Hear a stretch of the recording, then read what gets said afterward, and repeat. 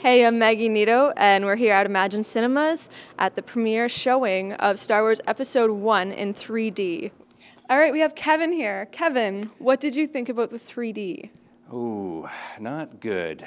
Didn't really help the movie. It was still doo-doo to me. Terrible. So you wanted projectiles to be flown at your face through the movie? Yeah, I just expected George Lucas with 3D, he would do some more with it. He's so into his CG and all the graphics. You thought, he would do something more 3D. Not there, so did not care for it. The best part of the movie was like the 5 times I got to nap. It was awesome. Okay, so what did you not like about it, though? Because it's so easy to say, oh, I didn't like it or I loved it. But we want to know why. If there's any kind of characterization, they're just annoying and whiny. Who is the most annoying character? Oh, Jar Jar Binks for sure. Totally agree. And then Padme. How come Padme? I liked her. It was like watching a piece of wood talk. Did you find it strange, though, that every other scene, Padme was in a different, elaborate costume that all the girls out there know that you don't do your hair and makeup in 10 minutes, especially something that elaborate? If I was a queen, that would be how I rolled. Oh, Ashley, have you ever seen The Phantom Menace before? No, I haven't. This is my first time. Really? How would you say that they would compare the new with the old? Okay, well, I definitely enjoyed the old ones. They had some classic quality to them, but I really felt like this encompassed more of like a modern feel, and I was really more like enthralled in the action and everything. So. Okay, so you're, say, a little bit more into the CG than the puppets? Yeah, for sure. I enjoyed puppets, like, 80s puppets in other movies, but this one I definitely liked the more modern feel, the 3D aspect. Even though the 3D maybe wasn't the best, I still enjoyed it. Would you recommend this to other people who haven't seen it or who have already seen it? I think I would recommend it to both. Coming from like somebody who wasn't like raised with Star Wars, I definitely thought that I could come in and just watch it out of nowhere. I think that I could enjoy it either way. Darth George. Mm-hmm. Darth.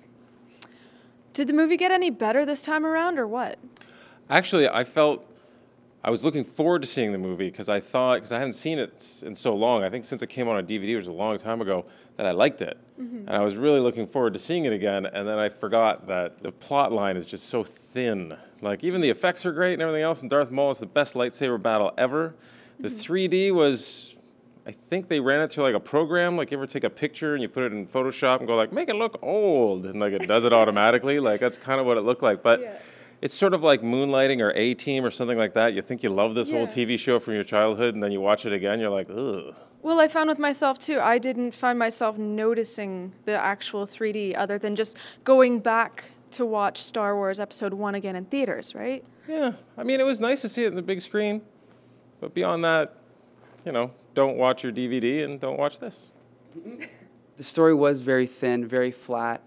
The acting is terrible, the dialogue's terrible, but I still insist that the pacing is very fast-paced, and I like the action, and I like the pod race, and I like the kid. I think he's a good actor. You found it very fast-paced? I thought it starts out so slow. That's my beef with this film. There's some parts in the movie where it stops dead in its tracks. Like the whole first half? Like the first third, maybe. With the newer movies, do you think, I don't know, maybe he was distracted by the new technology? Absolutely. I think he was focusing too much on the CGI and also focusing on making it too much of a kid's movie. Mm-hmm. But at least it was still a George Lucas movie. I think with the next 2 prequels, he was second-guessing his audience, which is what ruined those 2, I think. You saying that they make it more childlike in the first one, it does kind of make me realize, you watch the older ones, and the first 10 minutes, someone's getting choked to death. Yes. I can only recommend it as a kid's film, not as a film. Well, buckle up your kids and bring them to the theaters to see an awesome kids movie.